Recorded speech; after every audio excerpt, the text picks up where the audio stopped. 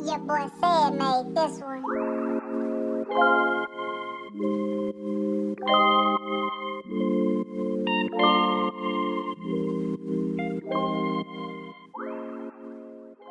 Hey y'all, I am back. I'm back. Okay, I know it's been a while since I've been on here, but I've been getting so many questions about how I got to the hygiene program. So instead of like texting y'all individually, I wrote down some questions. I wrote down some things that I need to get into the program. These are very realistic. These are very realistic things that I did, and this is all like on UT's website. If y'all don't know, I am at the University of Tennessee of Health and Science in Memphis. And I'm going into my second semester in July. So these are just things that I did, and me and my friends can all kind of attest on like what we did and how we did it. So this is just part one. If y'all want more questions, just put them down below and I can answer them, or you can DM me, anything. I'm very open. You're going to hear me say that a lot, but I'm an open book. And if you need any questions, anything, ask me. Anything. So first, you got to get your prereqs.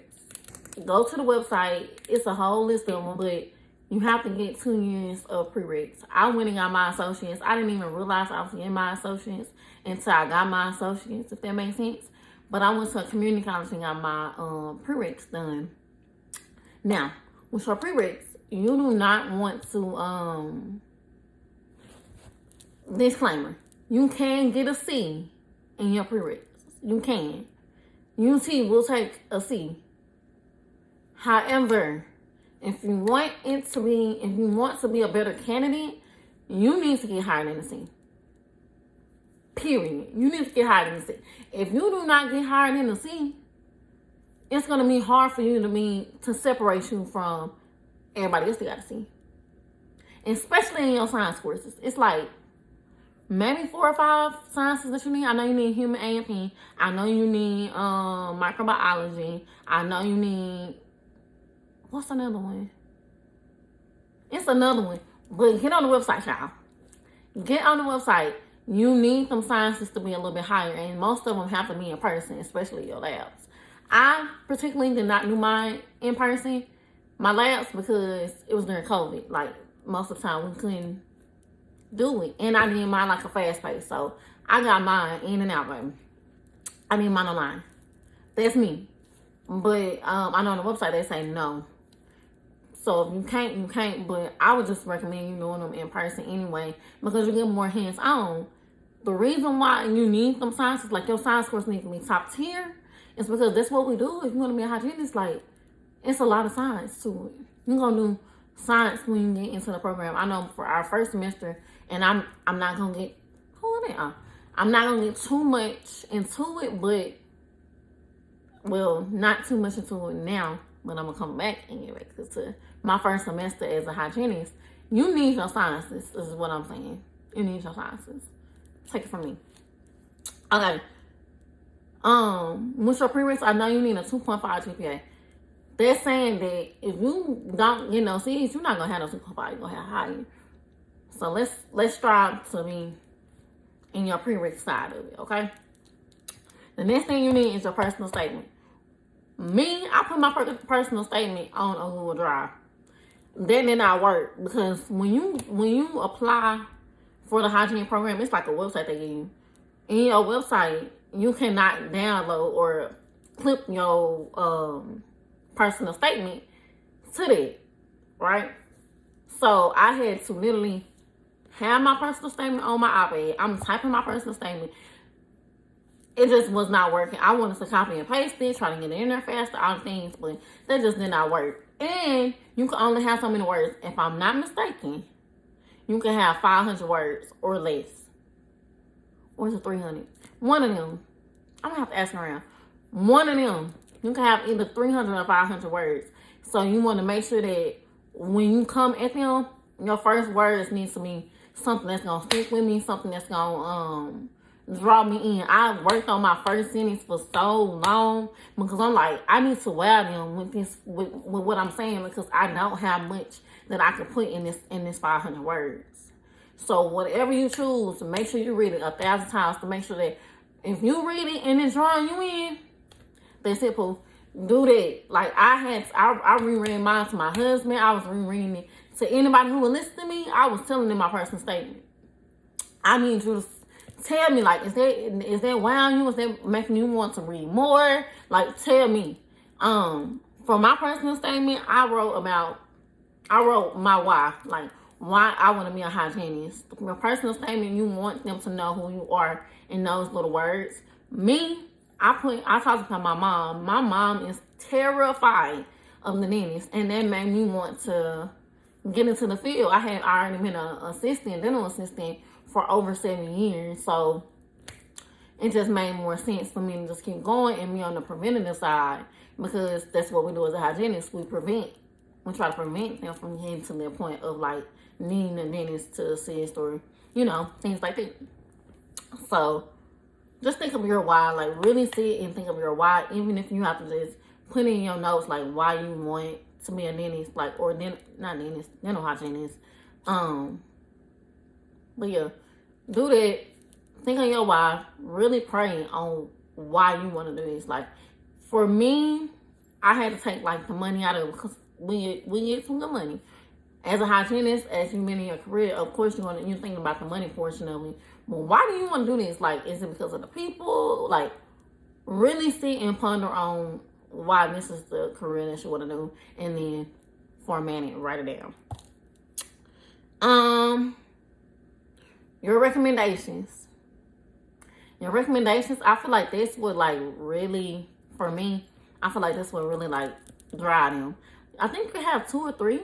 But I had 2.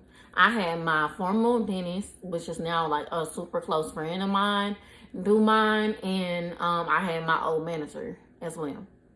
So with them, I thought all that was lame. With them, you want to make sure that they're very close to you. You want them to be able to tell about who you truly are.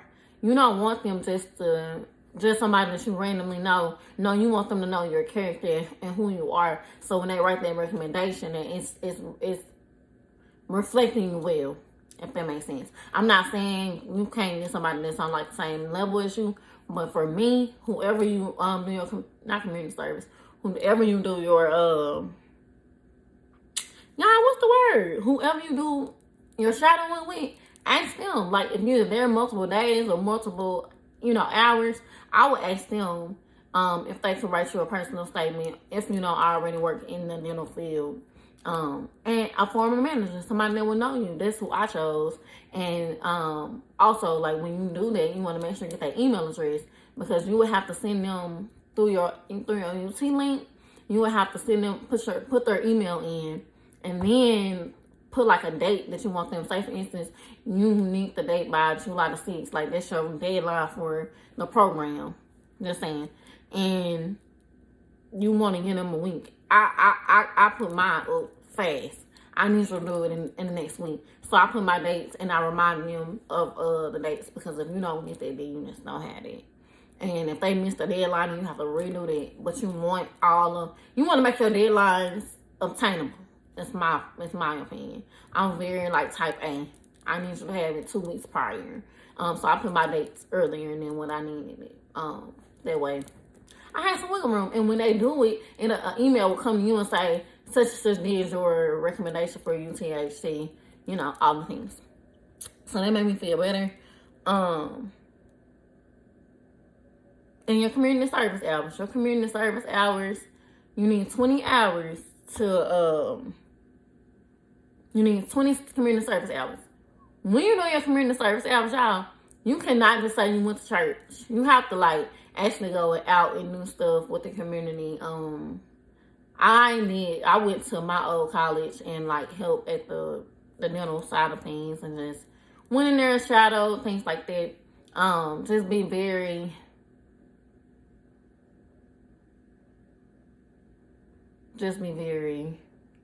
ready to get those hours in, and for somebody to help document it as well.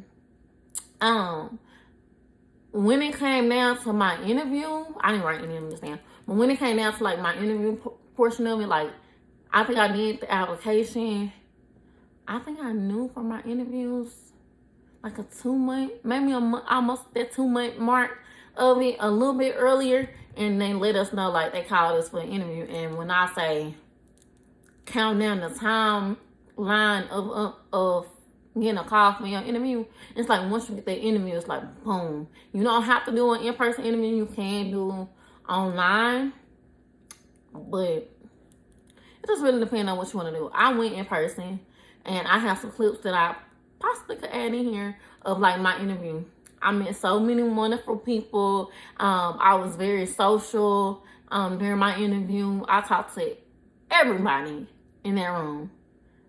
Everybody in the room. I don't care, because you don't know who's finna get in this program. And if you are already talking to people that you don't know, once you get in an interview, you're more comfortable, because y'all, it's nerve-wracking. You just sitting there waiting on them to call your name for your interview. Because we did, dang, I didn't even think about that. We came in, sat down, they gave us like a UT cup, UT tooth, like things like that, like little cute things. And then after you do all that, we went on a tour. We met some upperclassmen that's already in the program. We talked to them literally the whole entire day. So if you already talking, you loosening up to talk to them, to talk during your interview. Because you don't know them people, and you're not going to know your interview people as well. So that's already you in the atmosphere of, I got to talk. So you might as well go ahead and talk now. I like the fact that we had time, one-on-one time with the students that's already in the program, to like ask questions that we really don't know the answers to. Like, what is this included? Is this included? Like, all these things. What do I need to buy? What kind of shoes do you recommend? Do I need to buy scrubs? Do I need to wait? Like, all those things you can ask, and you have them. Like, you have those opportunities to ask those questions without like people around you, or the adult, well, we are adults, but like teachers and advisors around you to like really dig into those questions. Because you know, when you raise your hand, you have like the authentic, you don't have the authentic questions, you're just trying to ask the question. But like when you really sit down and talk to them, like, what's really tea? Like, what's really happening? So for me, that just had me like, okay, cool. Now, speaking of interviews, do not wear no heels to your interview. No, you want to be clean. No, you got to be business casual. But you are going to walk. I know at UT, baby, we walked. You don't want it. No.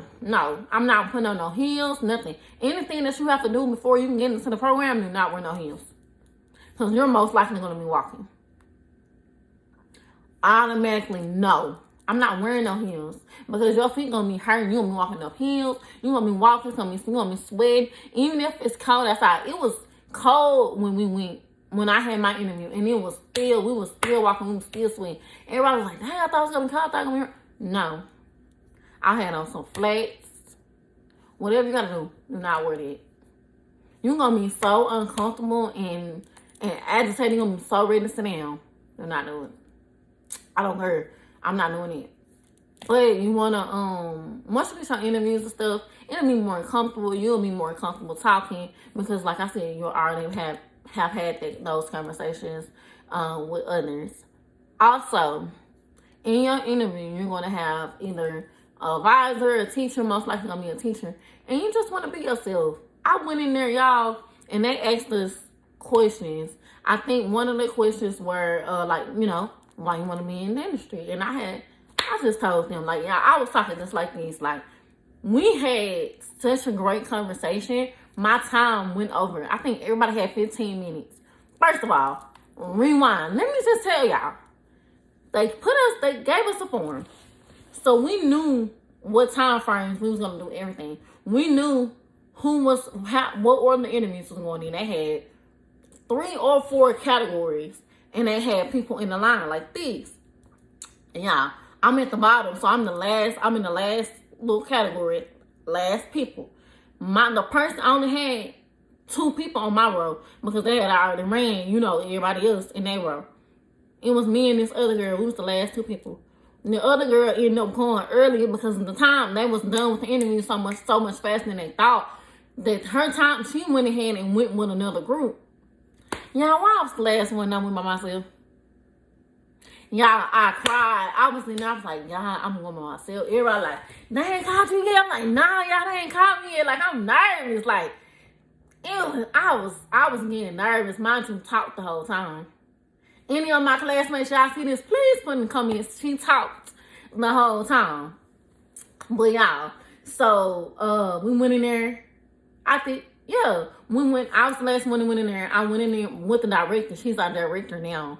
And I went in there, y'all. I just talked. I prayed on my walk in. And I was just like, I just gotta be myself. They ain't gonna love me or they gonna hate me. And so I went in there. Y'all, went over my time. It was a 15-minute time. I was the last one before everybody can go home. Once our interview's done, that's when you can go home. I think it was like 2:30, almost 3 o'clock. Y'all, no lie.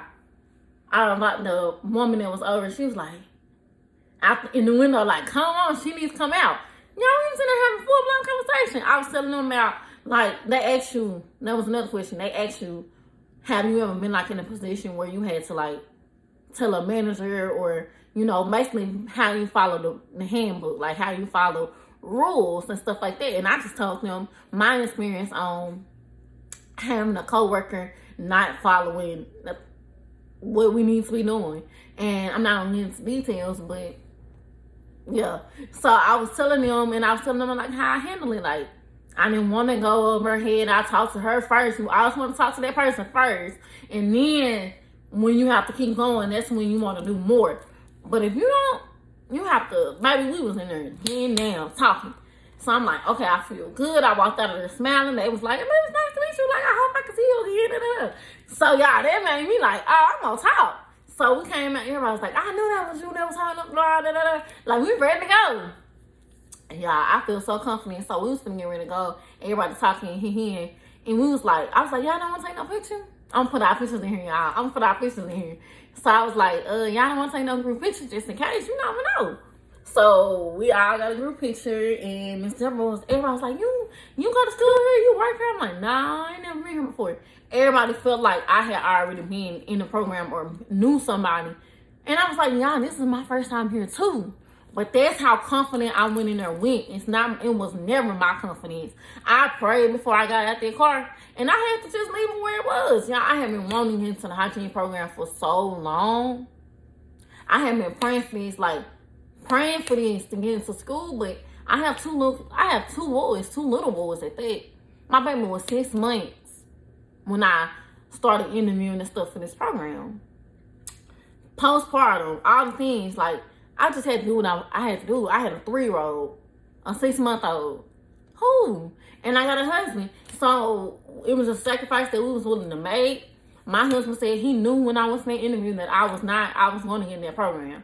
So fast forward, now I got the interview call. I think I got the interview call. It was right before like a holiday. What holiday was it? It was before a holiday or something like that though. And I got the call. And the rest is history. So y'all gotta tune in for the next part. I'm gonna tell how my first semester went, what I did, what I had to buy, things that I had to pay for, things like that we just really don't be knowing. You don't really know until you like really know.